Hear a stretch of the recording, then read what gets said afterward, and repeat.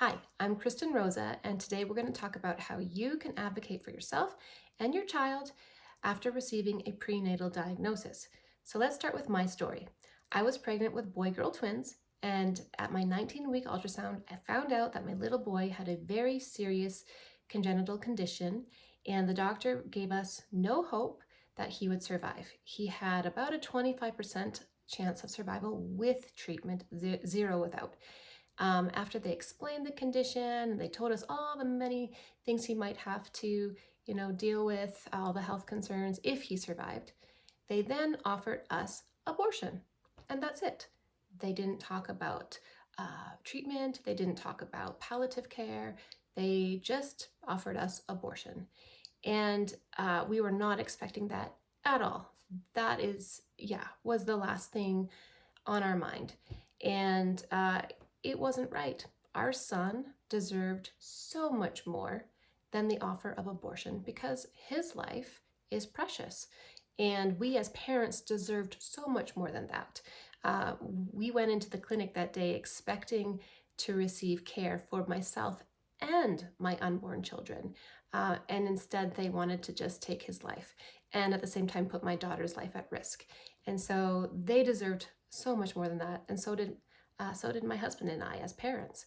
Um, and so I don't know what your situation is. I don't know what the prenatal diagnosis is, but if your doctors have offered you abortion and maybe nothing but abortion, you need to know that there are other options, and you can advocate for yourself and for your child. Um, and so what my husband did immediately, thankfully, uh, so I was kind of just trying to process all this information about the diagnosis. And then the doctor said, we recommend, or you might want to consider having a reduction. And that's the term she used to suggest that our son be aborted, that his life be terminated. And so thankfully my husband was there because I didn't know how to respond. I was just trying to process. So he said to her, well, we know that you're talking about abortion, and you need to know that we stand for life and we will fight for his life. And we had to, over and over again throughout the pregnancy from that time onward, because I had to go back to the clinic every 2 weeks for follow-up appointments. And I had to go for an ultrasound every time to make sure the both babies were progressing as they should. They offered us abortion at least 2 more times, and basically I want to let you know that you have more options, and the doctors should be providing you with all of your options. I would love if abortion wasn't an option at all, but unfortunately it still is in many places. So one, treatment should always be an option if there's at all a chance that your child can survive. And in the case of my son, uh, with treatment, he did have a chance of survival, and they should have offered us that. They didn't, but we basically we made them consider it. We over and over we said, we would like you to fight for our son. We would like you to fight for our son. We didn't have to get angry. We didn't have to yell or scream, and I don't recommend doing that. Of course, we were angry and we were upset. For me, I was just mostly overwhelmed the whole time. The anger came a little bit later. But you can stay calm, but you can be assertive, and you can let them know that you expect more. You expect your child to receive treatment if that is at all possible. In some cases, unfortunately, your child has received a diagnosis where it's likely your child's going to pass away before they're born or shortly afterwards. And if that's you, I am so, so sorry. Please hear my heart that I wish that wasn't the case. And I can't even imagine how you must be feeling in that circumstance. But I want to tell you about another option that maybe they haven't mentioned to you, and it's called perinatal palliation. And it is basically where you choose to carry on your pregnancy until the end, to give birth to your baby, and spend whatever amount of time they have with you before you have to say goodbye. And, for many people, this is a very profoundly beautiful and meaningful and healing experience for the parents and for the siblings and for the family. And it's a beautiful way to honor your child's life, though it be short. It is it's a beautiful uh, way that you can just shower that baby with love for as long as God gives them breath. And research has shown that people who do give birth to their babies, um, they have less complicated grief than those who choose to have an abortion. And so there are many great reasons why um, perinatal palliation is a really great in an awful situation. It's not, obviously, there's nothing great about the situation, but given abortion or palliation, it's a much more beautiful and life honoring choice.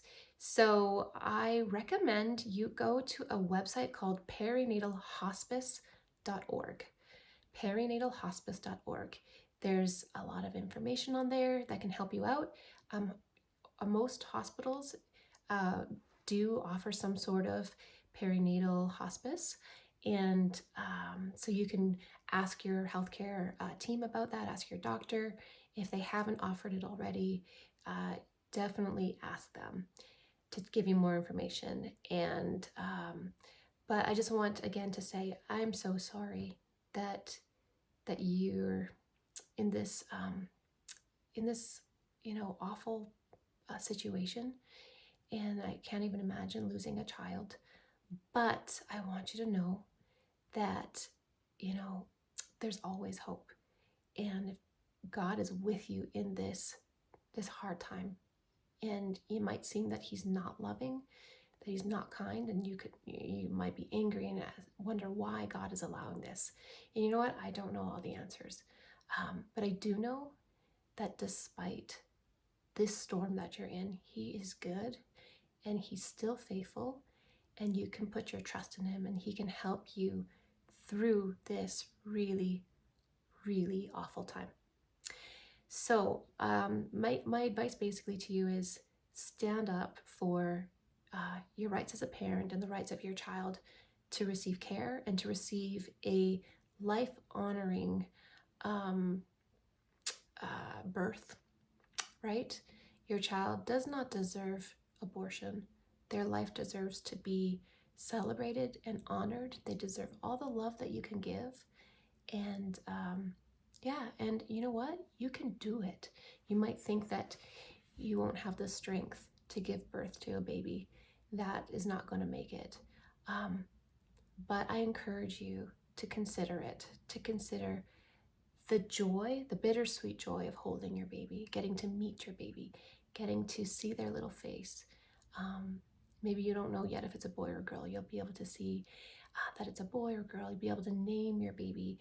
There are photographers who will come and take pictures, family photos of you and your baby together. And, you can create some really beautiful memories with your child.